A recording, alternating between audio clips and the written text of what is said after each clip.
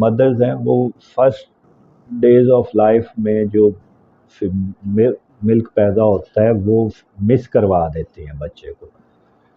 अब इसकी बहुत सी रीज़न्स वो बताती हैं। उसके कलर के बारे में बात होती है कि वो बहुत ज़्यादा पीला है, वो बहुत ज़्यादा थिक है, ऐसे इश्यूज वो बताती हैं, जिसमें जो है मैं आज उस मिथ को क्लियर करने की कोशिश कर रहा हूँ।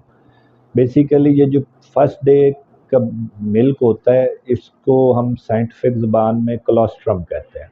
कोलोस्ट्रम जो है पैक ऑफ प्रोटीन्स होता है, इसमें बहुत ज़्यादा प्रोटीन्स होती हैं। इसके अलावा जो है इसमें एंटीबॉडीज़ बहुत ज़्यादा होती हैं। इसके अलावा कैरोटीन और विटामिन ए और जो है इसके अलावा लाइसोजाइम्स होते हैं।